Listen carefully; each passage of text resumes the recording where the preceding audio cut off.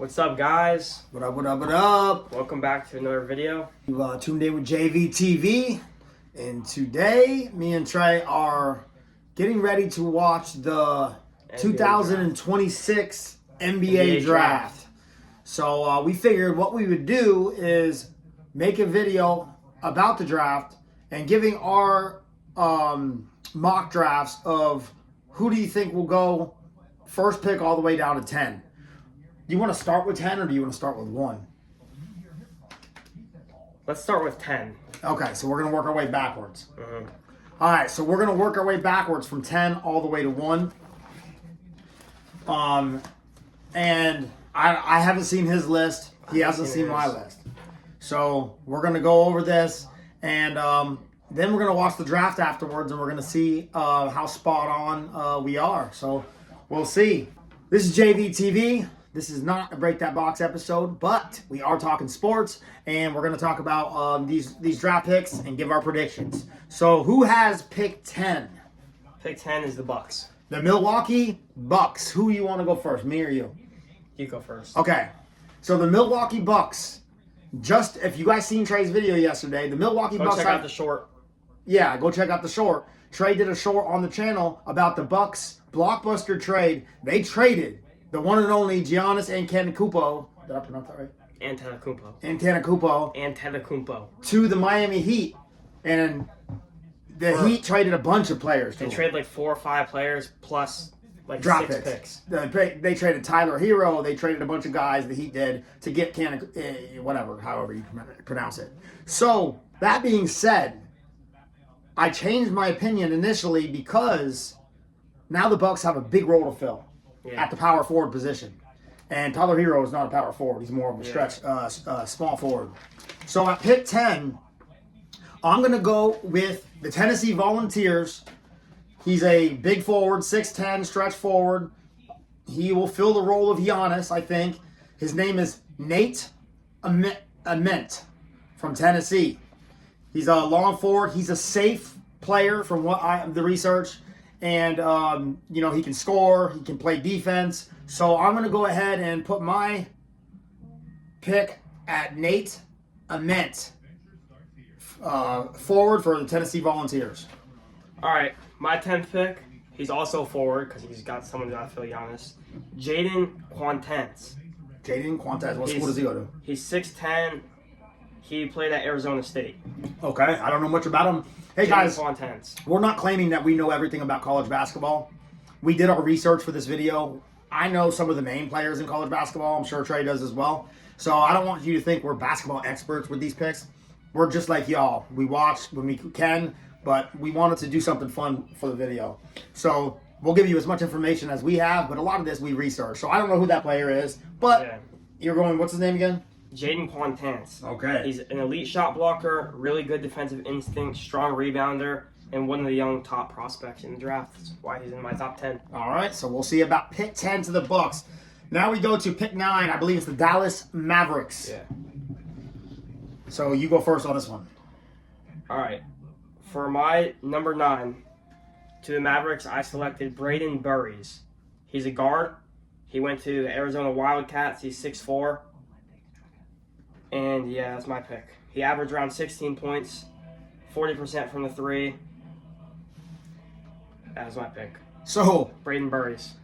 So my pick 9 for the Dallas Mavericks is also Braden Burries. Okay. And I just felt like, based on what I read about him, he's a pretty big guard and he'll align well with Cooper Flagg. He definitely knows how to find the open guy. He doesn't need the offense to completely run through him because Cooper's gonna have that role. So I also picked Braden Burries from Arizona State. Is it Arizona or Arizona State? I don't know. Okay, it's in Arizona, but me and you got the same pick there. So we're different on pick 10. We are the same on pick 9. Now, pick 8. Who's got pick 8? You go first. All right, I got the Atlanta Hawks. The Hawks got pick 8. Okay, pick 8. The Atlanta Hawks are desperately in need of a big man, a big guy. And so, a lot of people don't have this guy in their top 10. But I watched him play last year. I thought, if this was the old NBA, like back when centers actually meant something, this guy's a 7-footer. He's got really good vision, a lot like Jokic. You know, he's got very good vision, but he's a big center. He plays good defense. And the Atlanta Hawks have a really good young core and a really good, you know, they could potentially have a good solid base, but they desperately need a big down low to be a rim protector. So I'm going to go with Andy Mora, the 7-foot center from the University of Michigan. I believe that will be the surprise pick at number 8. For my number 8, I went with Kingston Flemings. He is a point guard from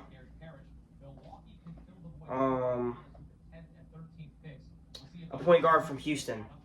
Okay. He's 6'3", and I feel like he would be a good fit for the Hawks because he's fast. Yeah. Fast guard. I heard about him. He's a good speedster. speed. Yeah. He's a speedster. With Trey Young, he's not like that at all. He's not real quick, shifty. Okay. So I feel like he'd be a good fit there. In Atlanta. Okay. Number 7, we go to the Sacramento Kings. For my 7th pick with the Sacramento Kings, I selected Keaton Wagler. He is a guard from Illinois. He's 19 years old, so he's pretty young, actually. He averaged 18 points a game, 5 rebounds and 4 assists. He's a good scorer. Because there's a whole group. This is why it was so hard. From pick 5 to 10, it's all guards. Like in all the mock drafts you look at, it's just a group of guards that can go anywhere in between there. Absolutely, yeah. It's you know it's been in this draft. There's been 4 players who everybody kind of knows are going 1 through 4, right? Yeah. And then after that, it's kind of been like a body of people. So the guy that we have projected 5th, he could end up going 11th or 12th. That's how it's really no consensus in those ranges from the research that I've done. Yeah, I agree. All right, so what pick was that? That was pick 7, Sacramento Kings? We're on 6 now, the Nets. Oh, I haven't did my pick yet. Kings. Oh, okay. So now this is one of my favorite players in the draft, and I have some of his trading cards from the Break That Box. I've been following him for a while because I look after if I get somebody's card that's still in college or whatnot, I kind of follow him. Yeah. So, and he's one of my favorite players coming into the draft. One of my favorite college players, Darius Akuno Jr. You probably have some cards of his too because they pushed him in a lot of the boxes. But he's from Arkansas. Akuf, Darius Akuno. Akuf. Akuf Jr. Yeah. I thought he's Akuno, but Akuf. Yeah, I know you're But yeah, he from Arkansas. He is a elite scorer. The guy can score the basketball. Or a cuffed. I think it's a cuffed. A Cuff Jr. Yeah, 2 Fs. ACUFF, I believe it's spelled. Or T. I think it's a T or something. But anyway, he's a great scorer. The knock on him, and the reason he may slip out of the top 10 altogether, they say he's a scoring reliant player, and I never watched him on the defensive side because, you know, I really don't pay attention in college basketball that much. I like to see a high-scoring game. But they say that he might not be a great defender. So the knock on him and why he may slip is everybody needs to guard now in the NBA. They're really, it's frowned upon when you're not a good defender, especially as a guard. So I have him going number 7 to the Sacramento Kings, Darius Akuf Jr. Not Acuna, Akuf. So now we have number 6 is the Brooklyn Nets. I go first? Yeah. So the Brooklyn Nets, I went with, for the same reasons, as you went last, I picked Keaton Wagner. Okay. I believe he's definitely going somewhere in the top 10. Oh, yeah, for sure, 100%. You know, I think he's one of the safer top 10 picks. A lot of these guys may fall out of the top 10. I definitely think Keaton Wagler will end up inside the top 8 picks. So I picked him with the Nets. The Nets last year drafted a lot. They drafted a lot of players in the first round last year. And a lot of them were like small forwards and, you know, forward position. They're not real strong on the guard. So I went with the guard. Keaton Wagner fills that role. He's a great decision maker, and he's a safe pick. That's why I believe he's going to go in he could go as early as 5, to be honest with you. Yeah. I believe he's one of the safer picks as a guard. I believe he'll immediately have a role on any team he plays for. He's not a project. He's somebody that can come in and fill a spot right away. Mm-hmm. Who is number 5? I still have to do my 6. Oh, you haven't done your 6. My 6 for the Nets, I went Mikael Brown Jr. I feel like he'd be good for the Nets. They don't have... He's from Louisville, by the way. Yeah, Louisville. Yeah, they don't have a franchise point guard. I think he can possibly bring them that. I feel like he'd be good there. He averages about 18 points a game. he had a 45-point game in one of his college Yeah, he's a stud. things. I think he deserves the 6th spot. Yeah, no, he's a stud. He really is a stud, and he can score. He's very fast and explosive, and he ran that Louisville team. Yeah, I like him. So who is? are we on 5 now? Yes, Clippers, right? Yep. Okay, so now we got the Clippers pick. You got to go first. All right. So for my Clippers pick, We're on pick 5 now, ladies and gentlemen. Pick 5. 5th pick, I went with Darius Acuft, which Junior.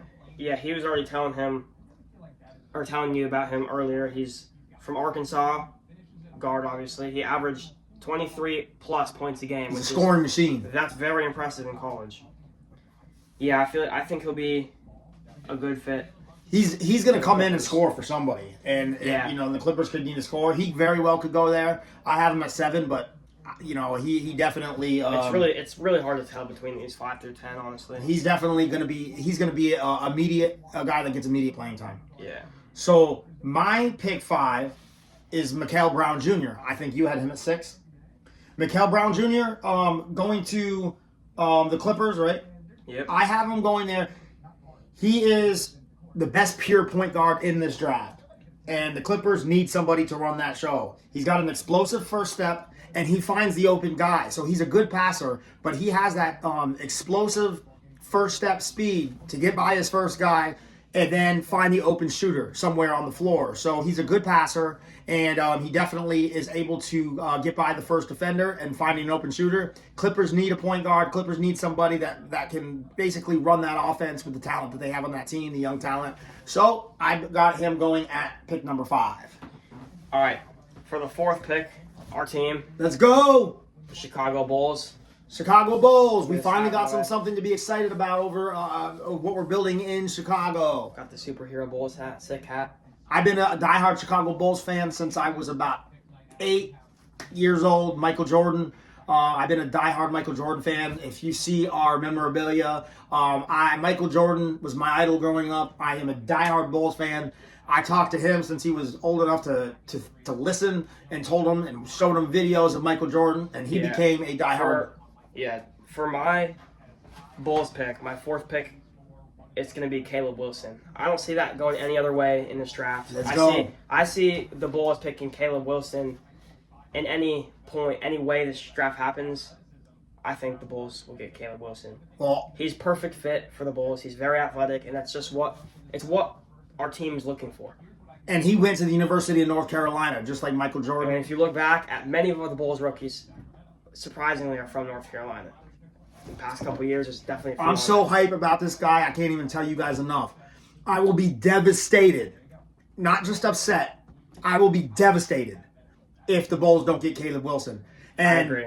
I know it seems that he's going to go there, but I believe, and mark my words on this, I believe he's going to be the best player out of this draft. I believe he's going to be the rookie of the year out of this draft class, and I believe he's going to be the biggest star out of this draft class when it's all said and done. I believe he's a franchise player. The guy can score at all 3 levels. He's athletic, and he's a defensive. He's already ready to be a lockdown defensive player. He can guard all 5 positions. There's not many players in the NBA who can guard a point guard all the way up to his center. He's big enough. He's strong enough. He's 6'10". He's athletic enough. 215. He's big. He's got everything. He would be the number 1 pick in just about every other draft that I've ever seen. These top 4 picks, they're loaded, though. They're all very high prospects. And I'm going to get to a point, and I'm going to retract back to him after we go through this next pick. But let's go to number 3, which is the Memphis. If he didn't clarify, obviously his number 4 pick was. Yes, we're both on the same page with that. And just so you know, me and him talk about sports all the time. So me and him have already discussed that pick and who we want to go there. So there's been a lot of talk in our house about the Bulls getting Caleb Wilson. And let's go, Chicago. Let's get him. Let's pray that he's there. All right, so now we're going to the Memphis Grizzlies at pick 3. I go first? Yep. Okay, so who I have at pick 3 is Cameron Boozer from the Duke Blue Devils. Probably the most polished college player out of the group. That's what everyone's saying. He won Player of the Year. The guy can score. Everybody knows, he comes from a legend. Well, I don't want to call him legendary family, but he comes from a basketball NBA family with Carlos Boozer. His brother is actually on the Duke team with him. He didn't get his height, but his brother's a very, very good player who will be in the NBA relatively soon as well. So I went with Cameron Boozer. The guy's going to come into the league and average 16 and 10, could be 18 and 10. He's going to be a double-double guy from day one. I just pray that Memphis doesn't jump and get Caleb Wilson and the Bulls end up with Boozer, because I still have a very negative taste in my mouth from when the Bulls signed his dad to an $80 million max contract, and he was a complete waste of money. We can never win with that guy, and I got a bad feeling that this guy's going to kind of be the same thing. Yeah. So for my third, I went different.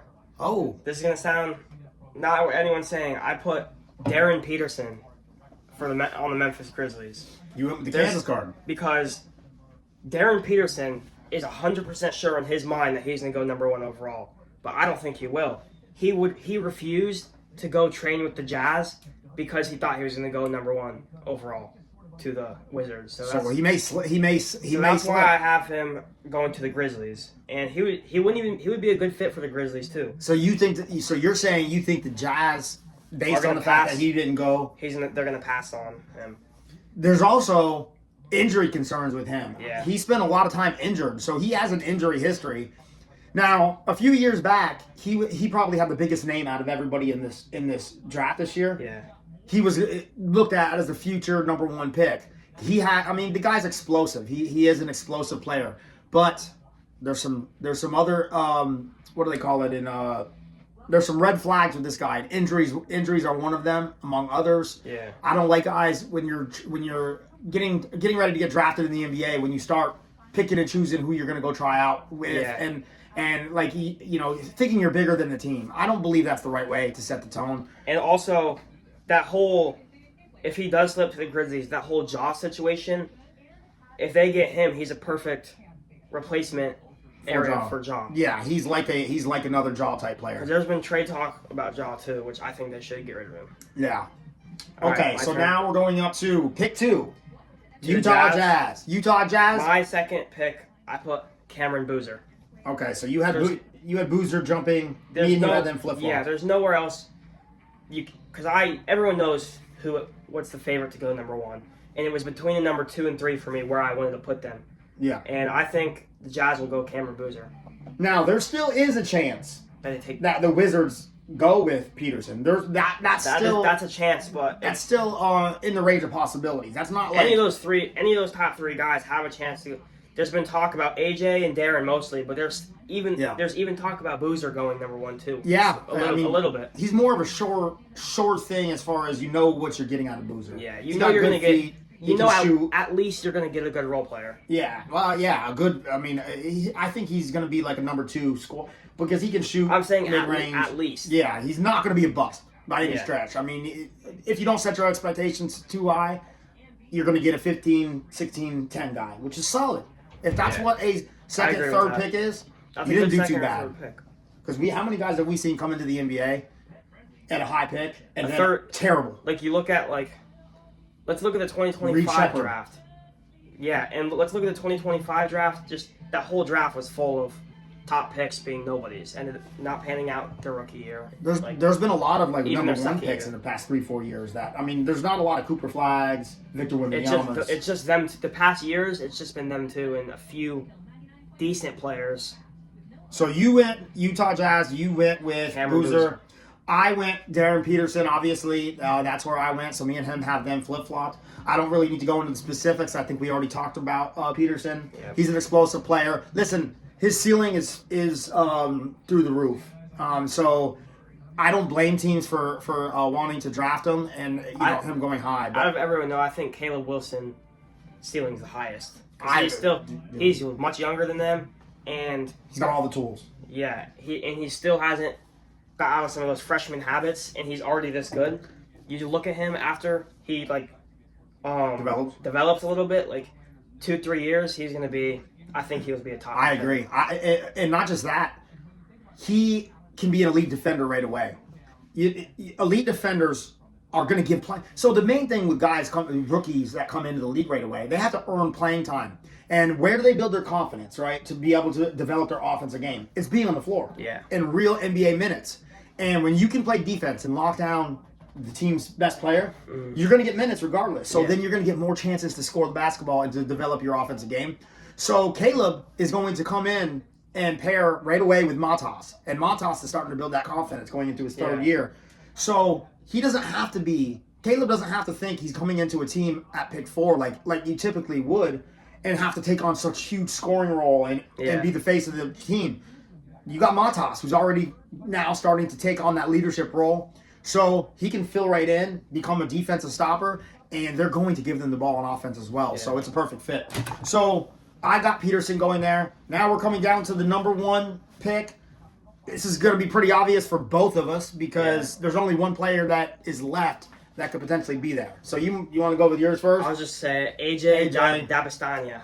I think that's how you pronounce it. For BYU, AJ and the Wizards. And this is no shocking surprise. If any of you watch any videos or research it at all, he's the consensus guy that most people consider the number 1 pick outside of some sleepers.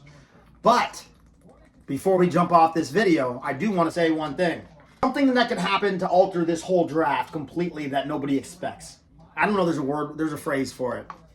This is what I want you guys to look out for. And I want to put this on video because if I'm right, I look like a genius. If I'm wrong, I don't know if this video is going to be out right after the draft. You guys see now what time it is. Yep.